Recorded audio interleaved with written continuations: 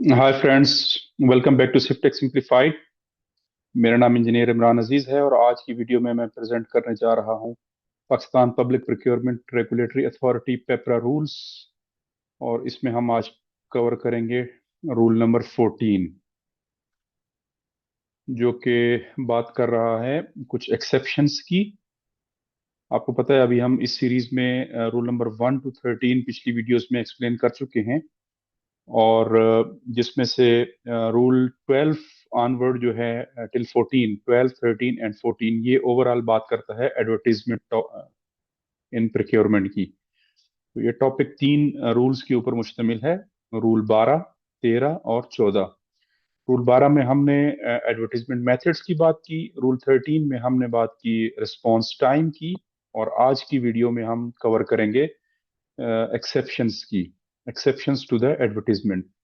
तो कुछ ऐसे सिनेरियोज हैं, कुछ ऐसी एक्सेप्शंस हैं जिसको पेपरा ने अलाउ किया है कि जिन एक्सेप्शंस के अंडर डिपार्टमेंट्स को एडवर्टाइज करना टेंडर का जरूरी नहीं है with the approval of authority पेपरा।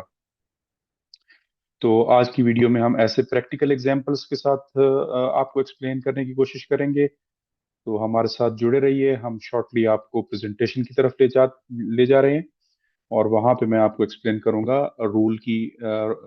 Rule और उसके बाद उसकी एग्जांपल्स, प्रैक्टिकलिटी, और पाकिस्तान के सिनेरियो में हम रियल वर्क कुछ केस स्टडीज भी डिस्कस करेंगे। तो आज की वीडियो उन तमाम लोगों के लिए है जो पब्लिक प्रोक्योरमेंट समझना चाहते हैं, सीखना चाहते हैं, या वो प्रैक्टिकल प्रोफेशनल्स हैं और पब्लिक प्रोक्योरमेंट के ऊपर काम कर रहे हैं, whether they are contractors, consultants, suppliers और इंजीनियर्स और प्रोक्योरमेंट ऑफिसर्स। तो आज की ये वीडियो आपके लिए है। So let's move to the computer screen, जिसमें मैं आपको अपनी प्रेजेंटेशन शेयर करता हूं।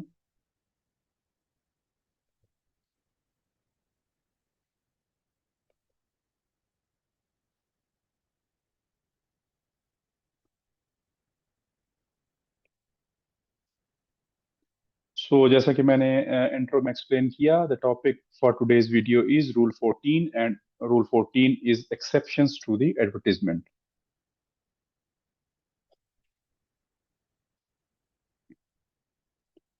Welcome back again. I'm Engineer Imran Aziz, or professional civil engineer or member of Pakistan Engineering Council. So let's move on to the today's topic without wasting any time.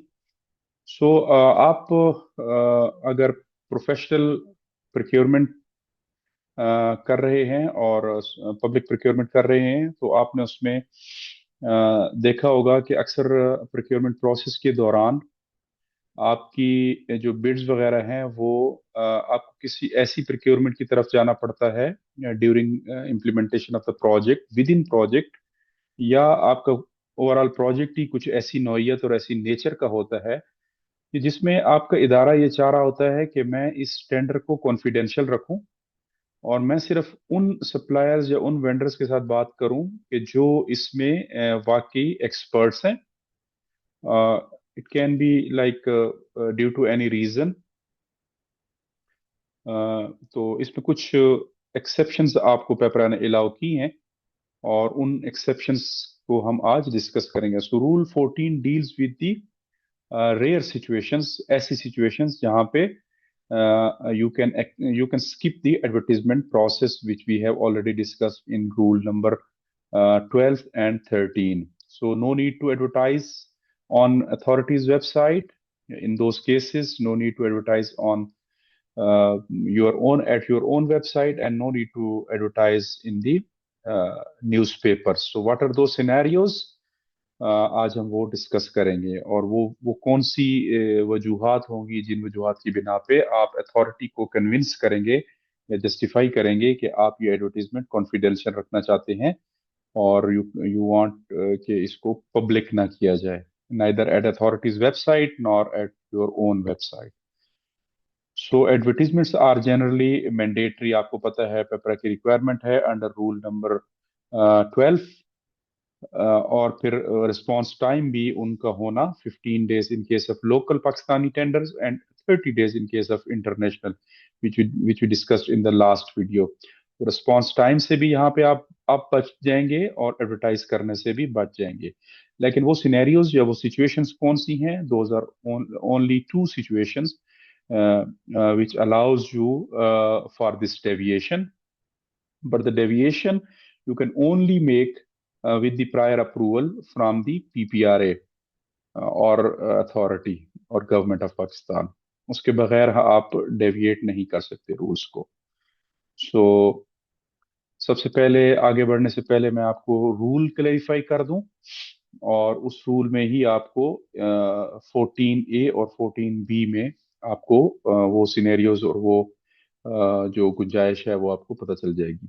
So the rule actually rule says, exact text of the rule is exceptions.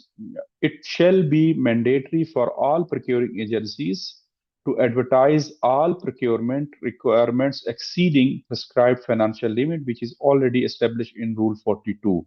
So we already discussed in the last video what are the limits and what are the requirements of advertisement as per the monetary value of the procurement. So it says that it shall be mandatory for our procuring agencies to advertise all procurement requirements exceeding the prescribed limit, which is applicable under subclass 1 of clause B of Rule 42. However, under following circumstances, deviation from the requirement is permissible with the prior approval of the authority. सो इसमें पेपरा ने आपको दो scenarios बता दिए हैं under following scenarios में जाके, जिसमें आपको deviation from those financial limits और वो जो प्रोक्योरमेंट एडवर्टीजमेंट की रिक्वायरमेंट्स हैं उससे आपको पेपरा अलाउ कर रहा है कि आप उसको फॉलो ना करें, तो तब भी आपका टेंडर मिस प्रोक्योरमेंट में नहीं आएगा। सो व्हाट आर दो scenarios? 14A says that the proposed procurement is related to national security and its publication could jeopardize national security objectives. तो पहला सिनेरियो है कि आपकी अगर प्रोक्योरमेंट नेशनल सिक्योरिटी से रिलेटेड है और उसकी एडवर्टाइजमेंट या उसकी publication can jeopardize the national security objectives. That is scenario number one, where you have the margin not to advertise your procurement anywhere publicly, but with the approval of the authority. You will approach the authority with your justifications and scenarios. You will present your scenario that this is my requirement. So here it is jeopardizing the national security objective. That's why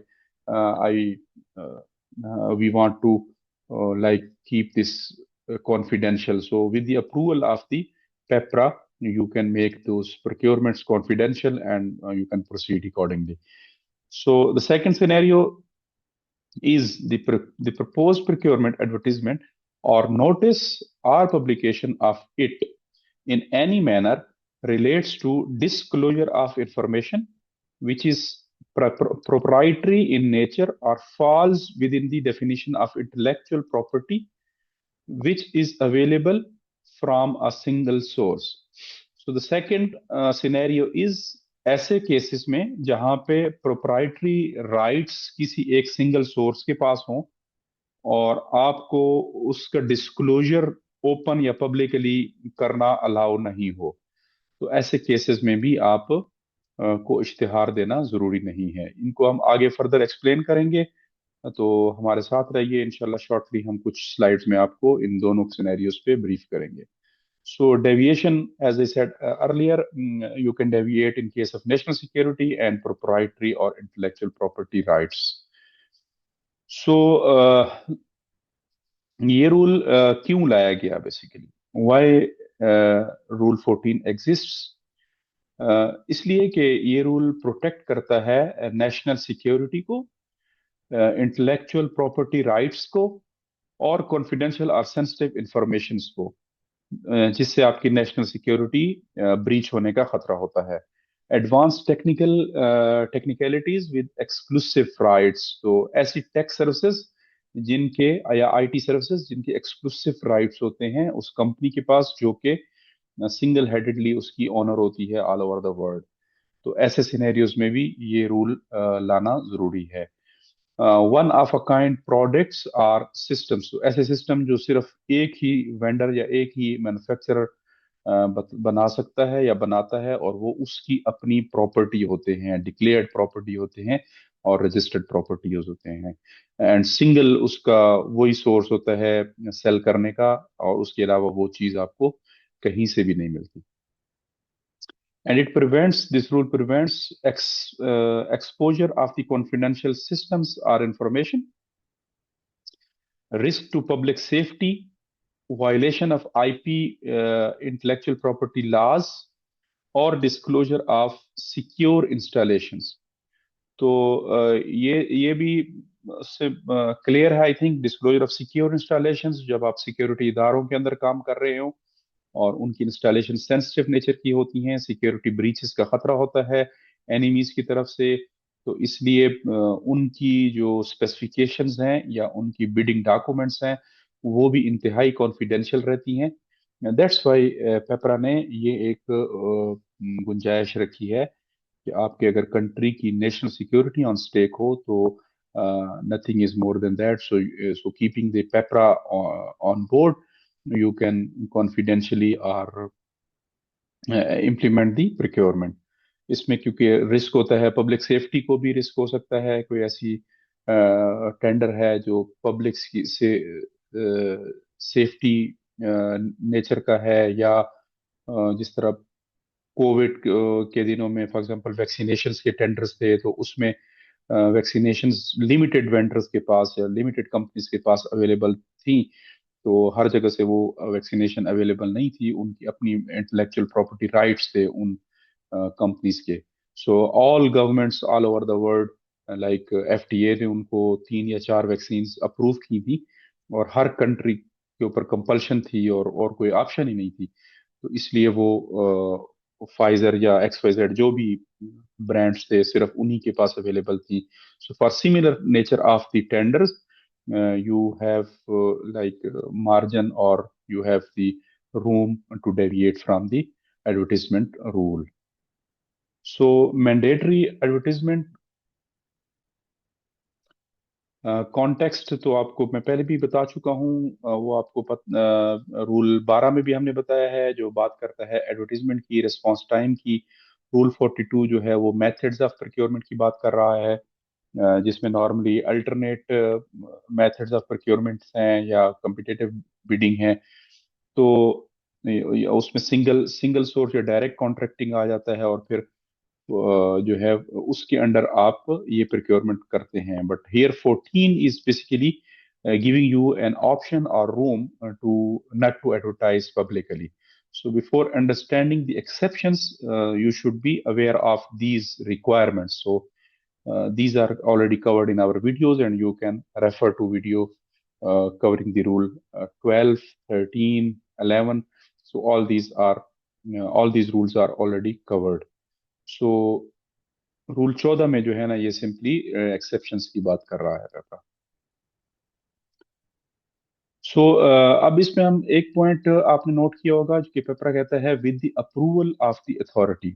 तो department या जो executing agency है वो खुद से ये तय नहीं करेगा कि ये मेरी प्रोक्योरमेंट जो है वो नेशनल सिक्योरिटी नेचर की है, या ये मेरी प्रोक्योरमेंट आईपी रिलेटेड है, इंटेलेक्चुअल प्रॉपर्टी राइट्स की वायलेशन करेगी। But before you decide, it is actually the PEPRA where you have to approach and send your justifications, or unse you have to seek the approval first. So to avoid misuse, corruption, any sort of manipulation of single source award, or do any favoritism, or you bypassing the competitive process or competitive bidding, तो इन चीजों से बचने के लिए पेपरा approval is must, ताकि miss use of authority ना हो, कोई भी किसी किस्म की इस प्रोसेस के अंदर करप्शन इन्वॉल्व ना हो, ब्राइबरी इन्वॉल्व ना हो, और या किसी के सिंगल सोर्स अवार्ड की मैनिपुलेशन ना कर सके कोई, या कोई फेवरेटिज्म ना कर सके। तो that's why PPRA has mention categorically with the word shall that all the cases will be sent to the PPRA before you decide कि आपने इसको एडवर्टाइज करना है या नहीं करना।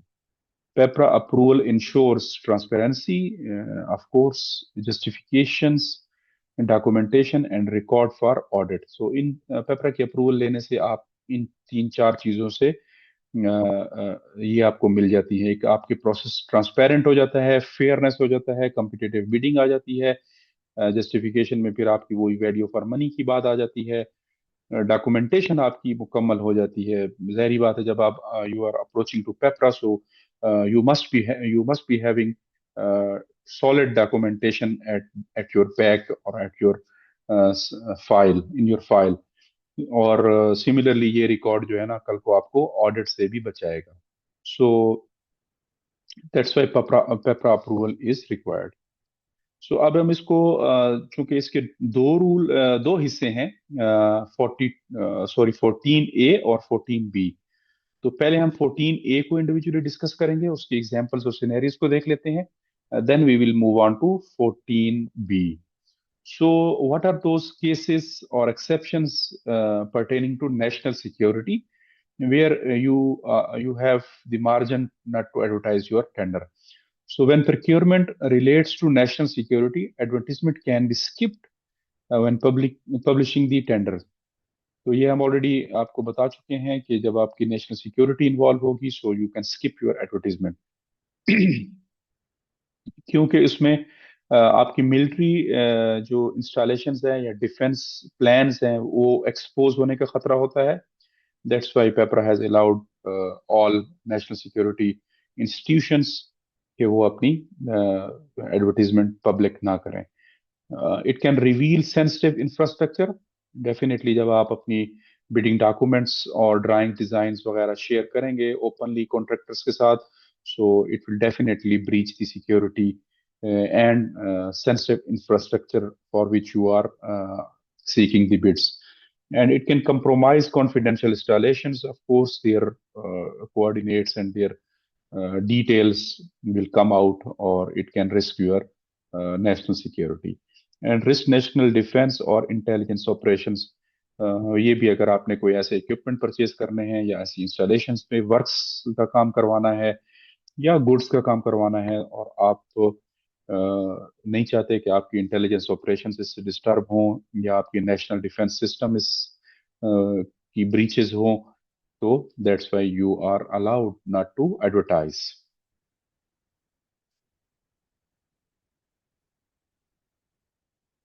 Examples of national security procurements, उसमें कौन कौन सी आ जाती हैं?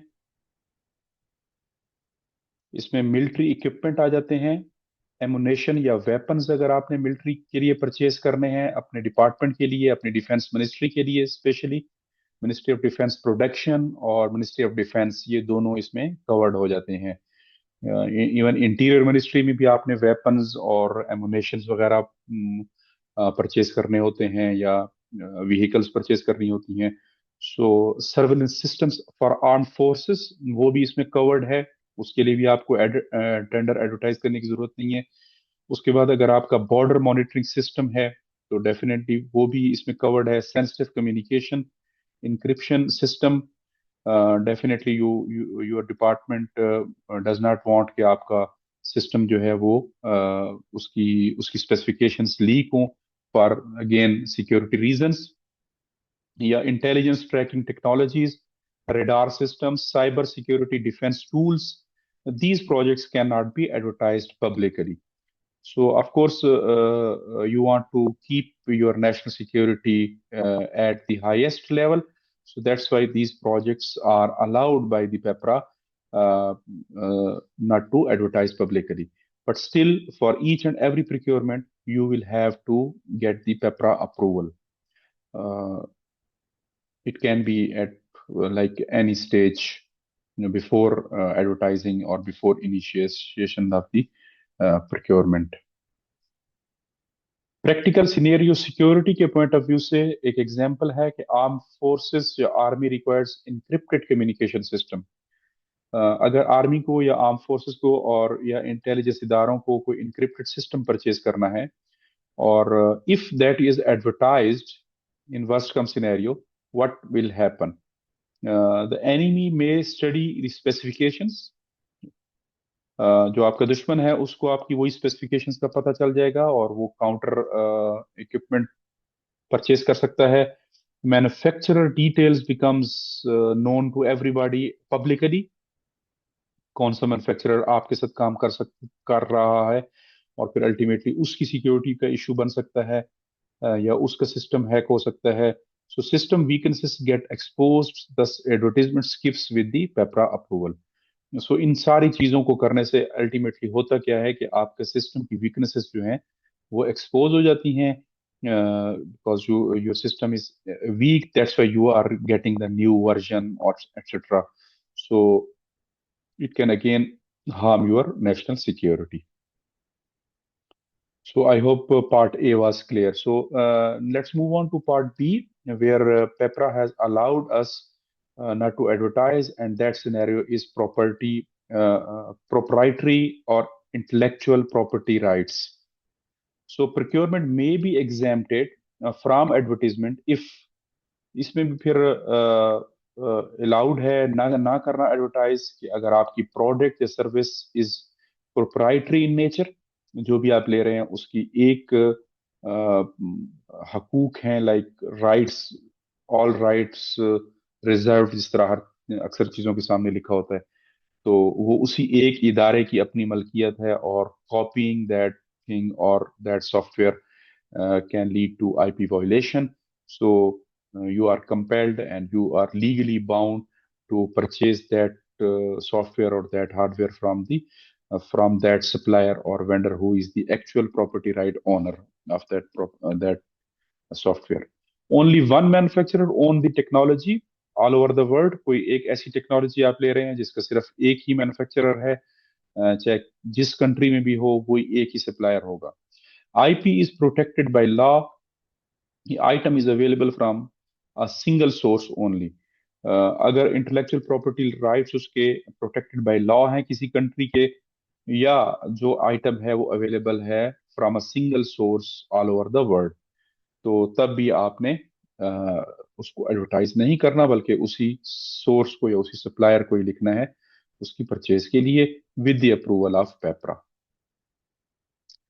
सो ये है क्या IP procurement? IP procurement means only one company owns rights to sell that product. Only one supplier can provide, no substitute exists. Very clear कि दुनिया में सिर्फ एक वाहिद सप्लायर है जो उस चीज को बनाता है, उसके अलावा वो चीज कोई नहीं बना सकता, और ना किसी को अलाउड है। आगे इसकी एग्जांपल्स आ रही हैं, उसको हम एक्सप्लेन करेंगे एग्जांपल्स में। आईपी इंक्लूड्स, आईपी में क्या क्या कवर होता है? आईपी में उसके पेटेंट राइट्स हैं, कॉपी राइट्स हैं, ट्रेड सीक्रेट्स हैं, यूनिक सॉफ्टवेयर है, एक्सक्लूसिव टेक्निकल सिस्टम्स हैं। ये सारे आईपी के अंडर आते हैं। उसके राइट्स हो गए, उसके पेटेंट्स हो गए, ट्रेड सीक्रेट्स, यूनिक सॉफ्टवेयर है कोई ऐसा जिस जो अगेन आईपी कवर्ड है, और एक्सक्लूसिव टेक्निकल सिस्टम है, कोई ऐसा सिस्टम कि जो उसके अलावा और किसी के पास नहीं है। So examples of property rights procurement, when only one manufacturer in the world is manufacturing that thing or product. For example हमने अक्सर देखा होगा कि SCADA, like supervisory role and data acquisition की जो प्रोक्योरमेंट्स होती हैं, या सिस्टम अपग्रेडेशन की, तो वो सॉफ्टवेयर लॉक्ड होती हैं। ठीक है, उनके साथ अपना एक सॉफ्टवेयर आता है जो कि वो सॉफ्टवेयर फिर आप पायरेटेड कॉपीज या किसी और से नहीं ले सकते। कोई ऐसा सिस्टम या ऐसा हार्डवेयर आपने ऑलरेडी इंस्टॉल किया है अपने इदारे की सिक्योरिटी के लिए, या अपनी हॉस्पिटल में, या कहीं पे भी, और उसके साथ जो अपना उसका सॉफ्टवेयर आया है वो सिर्फ, या फाइनेंशियल इंस्टीट्यूशन है, अगर आपका कोई बैंक है या आपका कोई ऐसा इदारा है जिसमें फाइनेंसेस वगैरह कवर होते हैं, और आप उसका सॉफ्टवेयर या उसका सिस्टम वही लगा चुके हैं ऑलरेडी, जो कि सुपरवाइजरी कंट्रोल्ड है, तो आप के पास और कोई ऑप्शन नहीं है उसकी एक्विजिशन के लिए। So you will have to go to the original vendor और ओरिजिनल मैन्युफैक्चरर।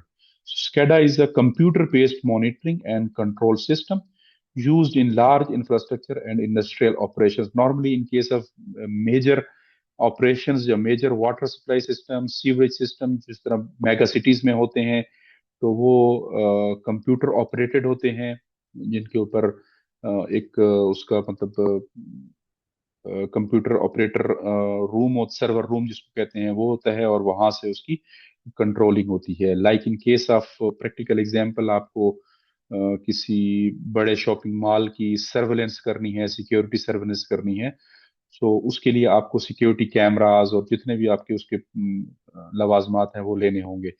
तो डेफिनेटली उसके उसका जो सॉफ्टवेयर होगा वो, कल को अगर उसमें कोई एरर आता है, मसला आता है, तो you have no option to go to the local market और any other vendor other than that. You are like you are compelled to go to the main original vendor. या अगर आप लाइक इन केस ऑफ हरम में अगर आप देखें, तो वहाँ पे भी सिक्योरिटी सिस्टम बहुत बड़ा है, और वहाँ पे जो भी कंपनी प्रोवाइड करती है तो आपने फिर उसी के पास ही जाना होगा। तो सेम सिनेरियोज यहाँ हमारे कंट्री में भी आते हैं। मेजर वाटर सप्लाई सिस्टम अगर हो, वो भी कंट्रोल्ड होता है अक्सर बड़े शहरों में।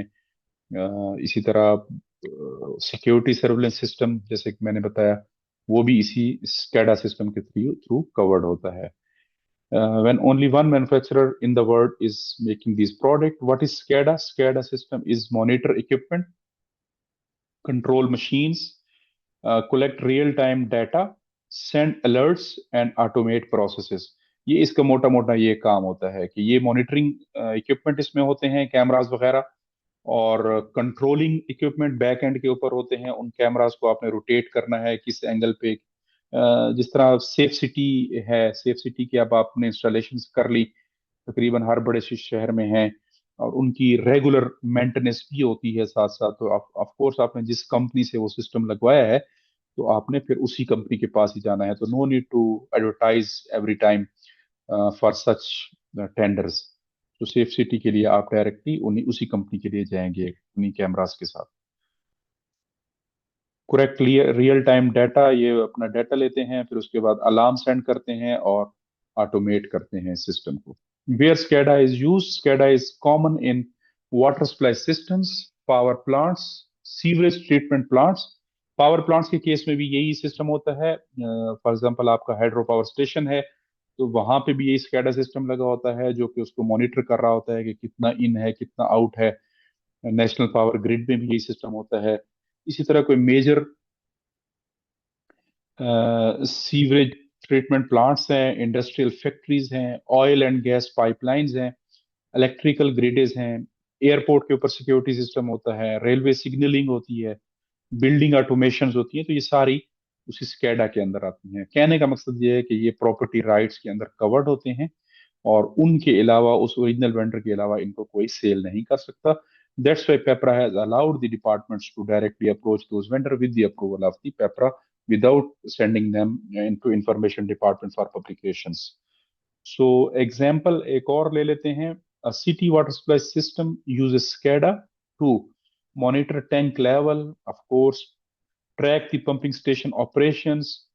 कोई भी आपने मेजर सिटी में वाटर सप्लाई सिस्टम ऑब्जर्व किया होगा जिसके अंदर स्कैडा सिस्टम इंस्टॉल है, तो उनका मेन मेन फंक्शंस यही होंगे कि वो टैंक का लेवल मेंटेन करेगा, पंपिंग स्टेशंस के ऑपरेशंस को कंट्रोल करेंगे, उसके बाद control valves automatically detects leakages and faults, heads वगैरह उसको देखेगा, और जहां पे भी उसको लीकेज का अलार्म आएगा, वो उसको पीछे सर्वर रूम में अलार्म्स को सेंड करेगा, और फिर आपने वहां पे टीम भिजवा के उसकी रेक्टिफिकेशन करनी होगी।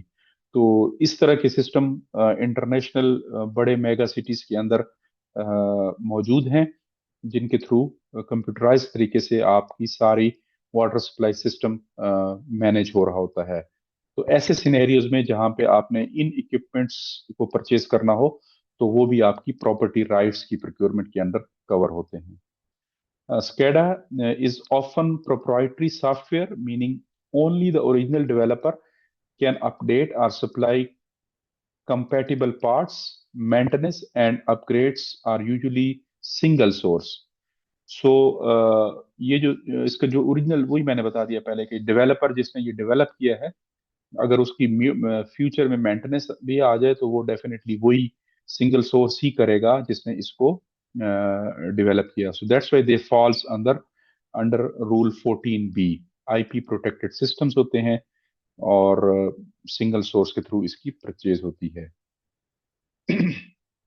दूसरी एग्जांपल्स स्कैडा के अलावा स्पेसिफिक कोई आपने मेडिकल इक्विपमेंट परचेज करने हैं, फॉर एग्जांपल किसी गवर्नमेंट हॉस्पिटल के लिए with exclusive calibrations like Siemens MRI या सीटी स्कैन आपने लेनी है, और आपको पता है कि उसकी स्पेसिफिकेशन सिर्फ उसी एक वेंडर के पास है और वही आपकी परफॉर्मेंस बेस्ड स्पेसिफिकेशंस वही आपकी काम आ सकती हैं। So you have no other option available.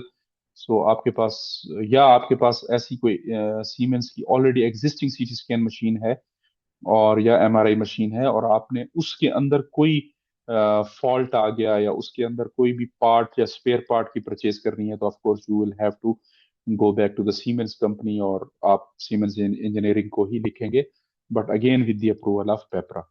या आपके पास कोई ऐसे एलिवेटर्स लगे हुए हैं या जो जिनके अंदर मेंटेनेंस करनी है, तो आपने, और फिर भी आपने ओरिजिनल वेंडर या ओरिजिनल मैन्युफैक्चरर को अप्रोच करना होगा। या आप कोई ऐसी व्हीकल्स परचेज कर रहे हैं, लाइक फॉर एग्जांपल टोयोटा की व्हीकल्स आपने परचेज करनी है, तो आप टोयोटा की व्हीकल के लिए ऑफ कोर्स टोयोटा के जो अथोराइज डिस्ट्रीब्यूटर है उसी के पास जाएंगे। आप होंडा वालों के पास नहीं जा सकते या आप किसी और वेंडर के पास नहीं जा सकते। इसी तरह इलेक्ट्रिक व्हीकल्स की अगर कोई परचेज है तो वो भी आपने सिंगल सोर्स से ही लेनी है। सो रूल 42 में भी इसको कवर किया गया है। आगे प्रोक्योरमेंट मेथड्स के अंदर वहां पे इन्होंने इसकी टाइप्स और उसका प्रोसीजर बताया है कि आपने उसको कैसे करना है, और यहाँ पे रूल 14 में इसकी सिर्फ एक्सेप्शंस की हद तक आपने बता दिया है इन्होंने कि आप इन सिनेरियोज के अंदर आपको एक्सेप्शंस अलाउड हैं। या अगर आपके पास कोई ओरिजिनल इक्विपमेंट मैन्युफैक्चरर है, ऐसे स्पेयर पार्ट्स जैसे मैंने अभी बता दिया जो सिर्फ उसी ओरिजिनल मैन्युफैक्चरर से ही मिलते हैं, तो वो भी आपके प्रॉपर्टी राइट्स में आता है।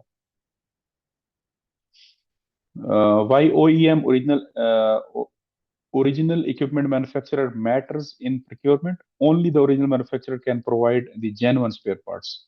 सो आपने उसकी OEM कास्ट को भी जहन में रखना है ताकि आप ओरिजिनल स्पेयर पार्ट्स लगें, कल को फिर आपको ना करना पड़े ये चीज रिप्लेस। और क्योंकि ओरिजिनल मैन्युफैक्चरर ही उसकी क्वालिटी, सेफ्टी और कंपेटेबिलिटी का ख्याल रखेगा। और या अगर आपने वारंटी क्लेम करनी है तो of course you will again have the option to claim your warranty from only the original vendor, original manufacturer. या अगर उसकी परफॉर्मेंस की आपको गारंटी चाहिए तब भी ओरिजिनल के पास आप जाएंगे। और it will reduce the fake और सब स्टैंडर्ड पार्ट्स, तो इसका ये फायदा भी होगा। ऑफन रिक्वायर्ड इन 42C1 जिसमें सिंगल सोर्स प्रोक्योरमेंट की बात की गई है। तो एग्जांपल्स ऑफ प्रॉपर्टी राइट्स में अगेन ओईएम में अगेन टोयोटा, टोयोटा कार्स अगर आपने कोई इसके पार्ट्स लेने हैं तो again you will go to Toyota.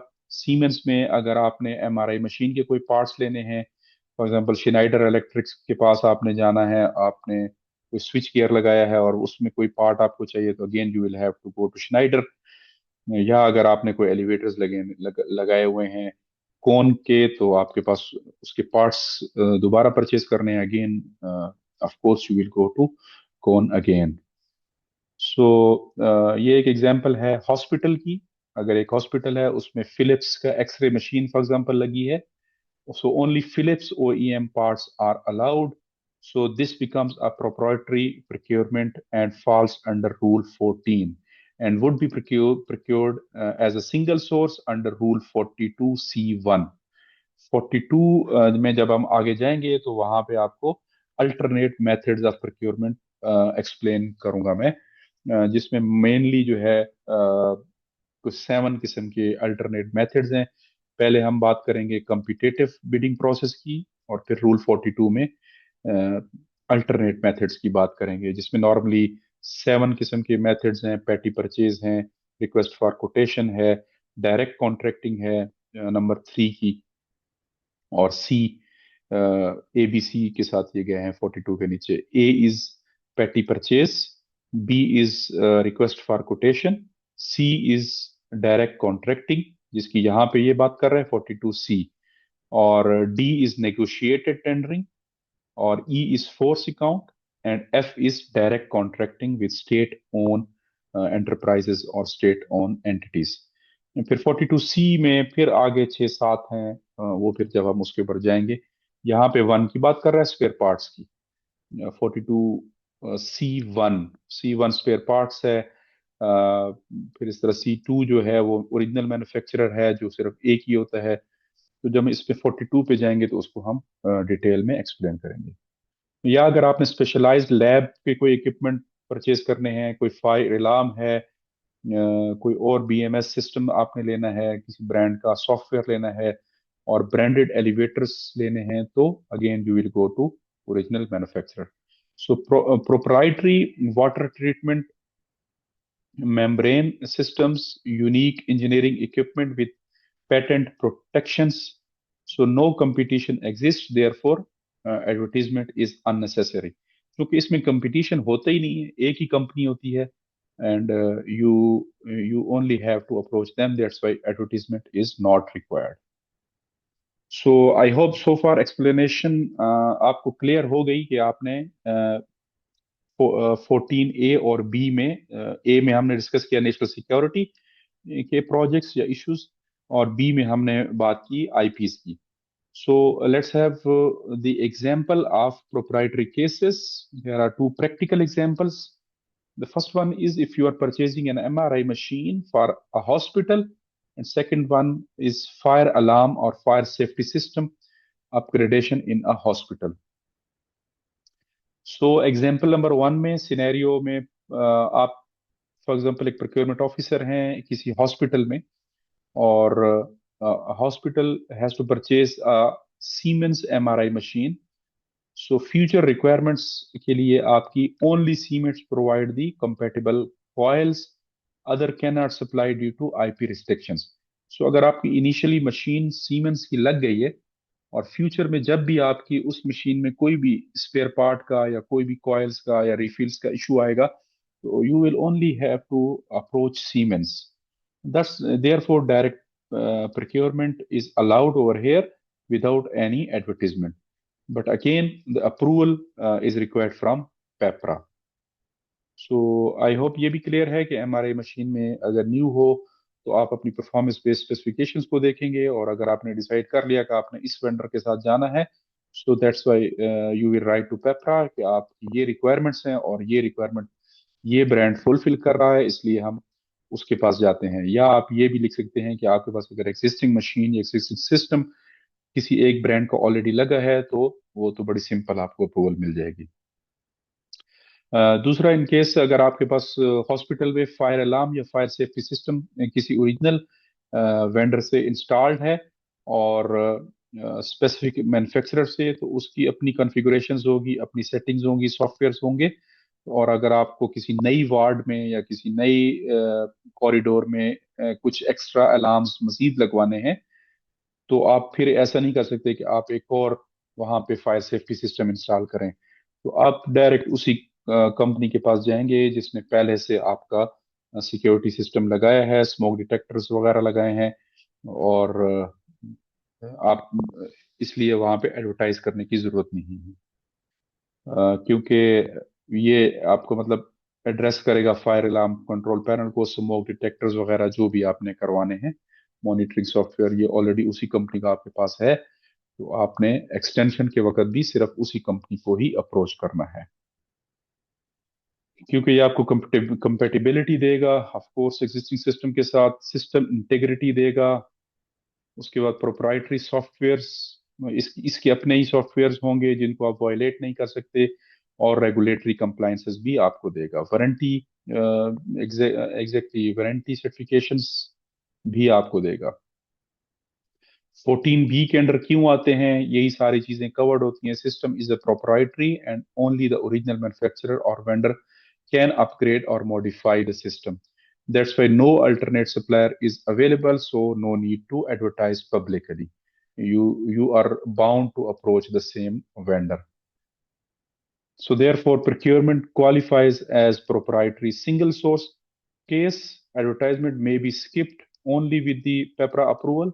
Justifications must include your OEM certifications, technical detail और IP evidence. जब आप justification PPRA को भेजेंगे in this case, तो आपने OEM certificate, उसका टेक्निकल डिटेल्स और आईपी एविडेंसेस मेंशन करने हैं कि ये मेरे इश्यूज हैं जिनकी वजह से मैं इस टेंडर को पब्लिकली नहीं कर सकता और I have to approach the original vendor. So PPRA approval process is mandatory before skipping.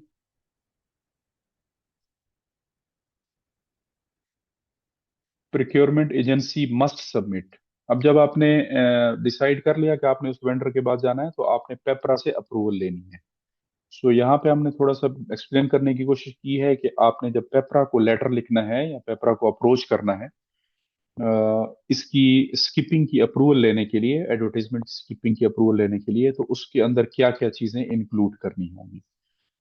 तो उसके बाद आपने जस्टिफिकेशन फॉर एक्सेप्शंस देनी होंगी कि आप किन किन जस्टिफिकेशंस जो मैंने पहले बयान की, क्या ये आईपी केस है, क्या ये नेशनल सिक्योरिटी का केस है, जो भी आपकी जस्टिफिकेशन है वो आपने मेंशन करनी होगी. टेक्निकल ग्राउंड्स आपने बताने हैं कि इन इन टेक्निकल ग्राउंड्स की वजह से मैं पब्लिक प्रोक्योरमेंट को या ओपन कॉम्पिटिटिव बिडिंग को अवॉइड कर रहा हूं और मैं डायरेक्ट कॉन्ट्रैक्टिंग के ऊपर जा रहा हूं. Whether they are spare parts, whether there is some IT equipment which is proprietary covered और सॉफ्टवेयर उसका प्रोप्राइटरी राइट्स के साथ कवर्ड है, या अगर आपका कोई ऐसा नेशनल सिक्योरिटी का कोई इक्विपमेंट है, कोई एमुनेशन है, जो भी है, तो ये भी टेक्निकल ग्राउंड्स में आएगा. आईपी या पेटेंट प्रूफ साथ लगाना है इन राइटिंग, उनकी वेबसाइट के ऊपर नॉर्मली अवेलेबल होता है या आप उस वेंडर से ले लेंगे कि ये इक्विपमेंट इन्हीं का ही प्रॉपर्टी राइट है और किसी वेंडर के पास या और किसी मैन्युफैक्चरर के पास ये अवेलेबल नहीं है. और आपने ये भी एविडेंस लगाना है कि single source he all over the world available है इस परचेज के लिए. फिर आपने सिक्योरिटी क्लियरेंस भी साथ लगानी है इन case of security nature of the job, और कॉस्ट रीजनेबलनेस सर्टिफिकेट भी मेंशन करनी है अपने हेड ऑफ डिपार्टमेंट से कि आपने कॉस्ट कंपैरिजन कर लिया है ऑलरेडी और कॉस्ट जो है ना इस वेंडर की रीजनेबल है. हेड ऑफ डिपार्टमेंट की अप्रूवल होनी चाहिए और फिर उसके आपने with the approval of the head of department you have to send a letter to the PEPRA along with all these documents. उसके बाद पेपरा आपको फॉर्मल परमिशन ग्रांट करता है और then you can go without advertisement and it will not be illegal act. But if you proceed without all these checklists sending to PEPRA and without seeking approval from PEPRA, so it will be an illegal procurement. So avoid all these because ultimately audit again when audit will come they will see के आपने skip किया है without the approval of PEPRA. So you will face audit paras, you will face procurement declared irregular audit की तरफ से या आपके इदारे की तरफ से या पेपरा की तरफ से, और कॉन्ट्रैक्ट कैंसिलेशन भी हो सकती है इस चीज की वजह से, रिकवरी फ्रॉम ऑफिशियल्स भी आ सकती है, डिसिप्लिनरी एक्शन भी आ सकता है और पॉसिबल नैब और एफआईए इंक्वायरीज भी आपको फेस करनी पड़ सकती हैं. क्यों? बिकॉज आपने ट्रांसपेरेंसी को हर्ट किया है और क्योंकि प्रिंसिपल ऑफ प्रोक्योरमेंट जो रूल 4 में हम पढ़ चुके हैं, transparency must be maintain. So all these are the disasters or risks which are associated with not getting any approval from PEPRA for not publishing the tender or advertising the tender. So rule 14 versus rule 42 को थोड़ा सा हम clarify करेंगे. Many officers इसमें अक्सर लोग इसमें confuse होते हैं कि रूल 42 और रूल 14 का क्या आपस में रिलेशन है. बेसिकली ये क्लियर कर लीजिए कि रूल 14 सिर्फ बात करता है एक्सेप्शंस टू एडवर्टीजमेंट और उसमें दो सिनेरियोज मैंने एक्सप्लेन कर दिए, एक नेशनल सिक्योरिटी और एक आईपी केसेस. जबकि रूल 42 में C1 या 2, 3, 4, 5, 6, 7 वो आपको ऐसे सिनेरियोज बताता है जिनमें आपने alternate method of procurement adopt करना है and you can avoid the competitive bidding process. जिसमें वही 3 टेंडर्स और अखबार में इश्तिहार वो कहानी आती है। 42C1 जो है वो स्पेयर पार्ट्स की बात करता है या सिंगल सोर्स प्रोक्योरमेंट की बात करता है या प्रोप्राइटरी आइटम्स की बात करता है। So 14 is about advertisement and rule 42 is about methods of procurement. तो 14 जो है मेथड ऑफ एडवर्टीजमेंट का एक रूल है और 42 मेथड्स ऑफ प्रोक्योरमेंट का है, जिसमें अल्टरनेट मेथड्स की बात की है। Both can apply together but require separate justifications. So miss use of rule 14, common violations होती हैं अक्सर, देखा गया है वर्क्स डिपार्टमेंट में या मिनिस्ट्रीज में, जहाँ पे रूल 14 को मिस यूज किया जाता है। किन केसेस में? Declaring routine purchases as a security issue, security purchases, कोई भी रूटीन परचेज और उसको भी सिक्योरिटी परचेज बना देना, बेशक उसी सिक्योरिटी डिपार्टमेंट की हो बट है तो routine. So those cannot be made as security purchases. So claiming simple item as proprietary, yeah, bypassing tender to avoid a favorite vendor, no PEPRA approval or weak documentation. So these practices can lead to audit and complaints to PEPRA. So correct use of rule 14। Best practices क्या है? ये तो bad practices थी।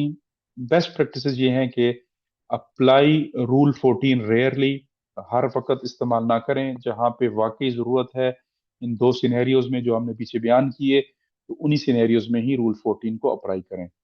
Use only when justified, don't do any unjustified act, documents document everything. Your documentation and justification should be solid enough to prove कि आप ये approval ले सकते हैं पेपरा को। And then seek approval from PEPRA before award. Ensure cost benchmarking. Maintain technical justification. Retain IP certificates and security clearances. So these are the best practices which you have to adopt while exercising the Rule 14. अब पाकिस्तान के case में कुछ हम cases मैंने कहा था कि हम डिस्कस करेंगे। फॉर एग्जांपल, आपके पाकिस्तान का एयरपोर्ट है, कोई भी इंटरनेशनल एयरपोर्ट है और वहां पे आपने एयरपोर्ट सिक्योरिटी सिस्टम लेना है या अपग्रेड करना है। उसमें एडवांस स्कैनर्स होंगे, तो definitely proprietary and security sensitive काम होगा।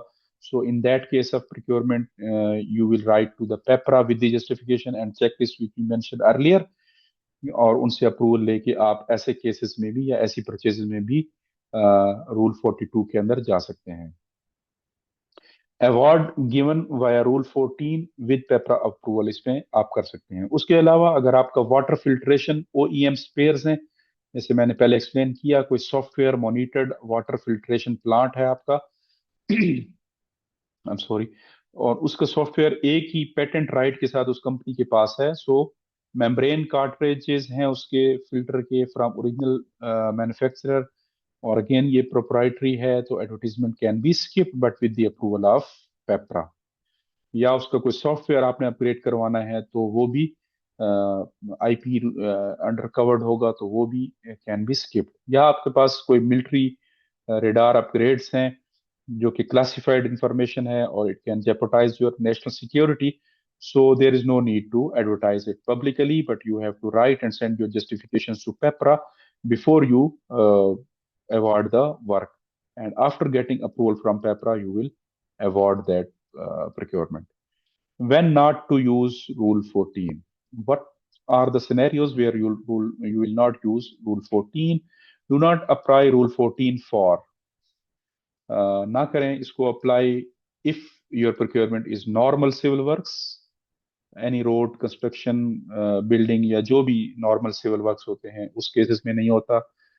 जनरल गुड्स और जनरल सर्विसेज हैं आपकी, कॉमन स्टेशनरी आइटम्स हैं, बेशक किसी डिफेंस इदारे के ही क्यों ना हो, but those are common utilities and common services. Computers laptops के लिए या ऑफिस फर्नीचर के लिए या रूटीन इंजीनियरिंग सप्लाईज या लो कॉस्ट मेंटेनेंस वर्क्स के लिए, so these must be advertised and there is no need to use rule 14 or bypassing the advertisements. So I hope all these are clear, and So let's summarize today's video. In today's video, we have discussed Rule 14 key points. Advertisement is mandatory above financial limit. Only two exceptions exist. तो advertisement हम last rules में भी पढ़ चुके हैं, इसकी भी दो फाइनेंशियल लिमिट्स हैं। आपने अगर आपकी प्रोक्योरमेंट 5 लाख से 30 लाख रुपए Pakistani rupees 3 million Pakistani rupees तक है, तो आपने उसको एडवर्टाइज करना है पेपरा की वेबसाइट पे, which is mandatory for you. But if your procurement value is from 30 lakh Pakistani rupees up to no limit, then you have two options, mandatory and one is the optional.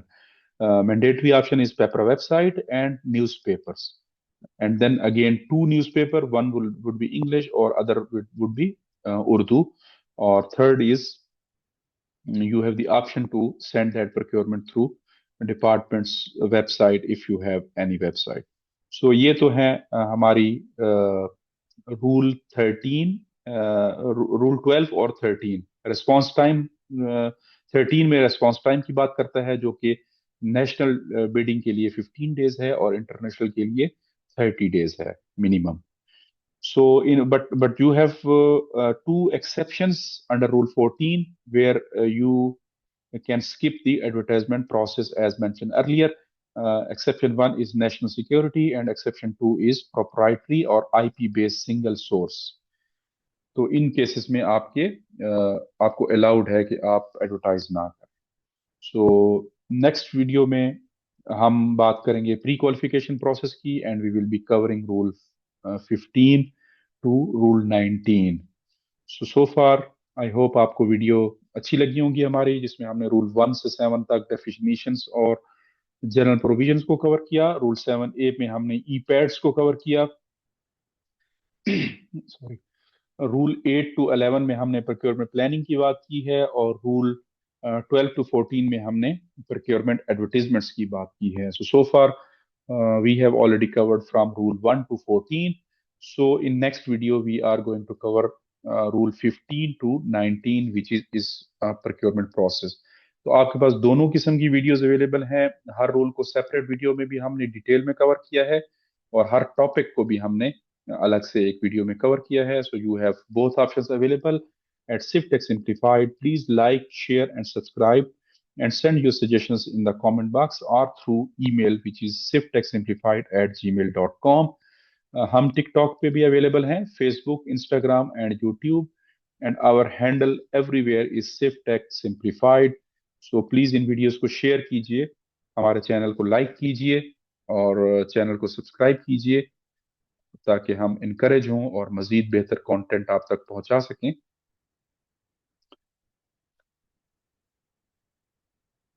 So in videos को देखने का और share करने का बहुत शुक्रिया। सो अगली video तक हमारे साथ रहिए।